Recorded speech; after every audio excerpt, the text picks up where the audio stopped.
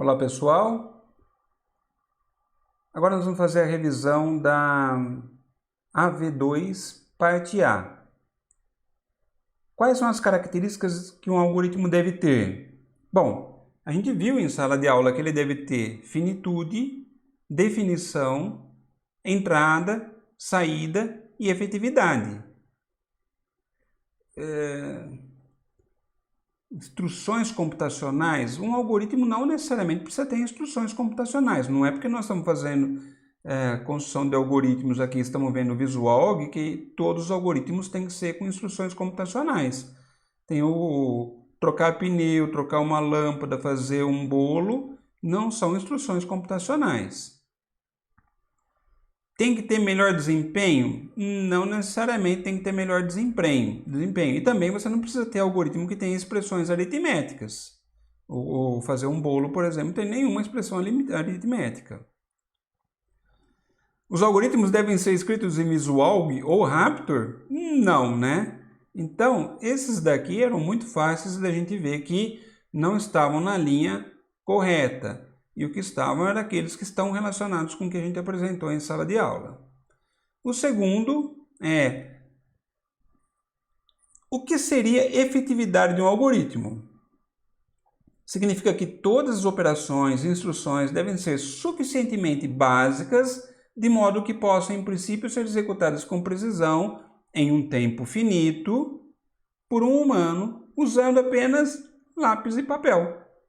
Isso é ser efetivo. Então, efetividade não significa que todas as operações devem ser compreendidas pelo Visualg. Não necessariamente. A gente não precisa ter algoritmo que seja interpretado pelo Visualg. Como eu disse, inclusive em sala de aula, a gente pode ter algoritmos mais abstratos que nem declaram variáveis, por exemplo, e o Visualg depende de declaração de variáveis.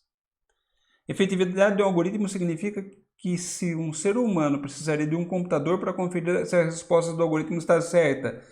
Não, né? A gente não precisa de um computador para saber se um algoritmo está certo. E, aliás, a gente pode ter um computador e não conseguir identificar se um algoritmo está certo. Então, essa aqui não é uma boa resposta também. Efetividade do algoritmo significa que as respostas produzidas por ele são sempre exatas. É verdade isso? Não, né? Não. Terceira questão. É sempre bom que os projetistas estabeleçam hipóteses ou premissas para que o escopo do algoritmo fique bem claro e delimitado. Falei isso várias vezes nas nossas videoaulas. Várias vezes. A gente precisa estabelecer as hipóteses e as premissas. Quanto mais a gente deixar aberto, mais a gente vai complicar o nosso algoritmo, porque ele vai ter que prever as situações em que a gente não colocou as nossas hipóteses. É sempre bom que os projetistas identifiquem todas as instruções necessárias para a elaboração do algoritmo. Exatamente. Se ele não identificar as instruções necessárias, pode ser que ele não consiga fazer o algoritmo, né? Ou que não se chegue ao resultado esperado. É sempre bom que os projetistas organizem a sequência de instruções de forma ordenada para que o algoritmo atinja os objetivos esperados.